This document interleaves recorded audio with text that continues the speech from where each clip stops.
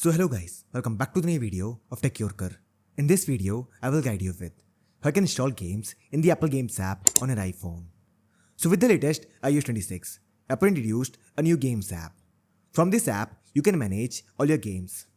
So let's see how you can install games in this app. For this, open the Games app first. Now here, search for the game you want to install. For this, tap on the search option. Now tap here and search for the game. For example, Subway Surfer. Tap on search. Now this is the game. Tap on view. Now tap on this icon to install the game. Now as you can see here, the game is being installed. So wait until the process is completed. So as you can see here, the game is installed. To play it, tap on play. And this will launch the game. So this way you can install games in the Apple Games app on your iPhone.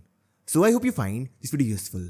And if you do, then don't forget to like this video and subscribe our channel.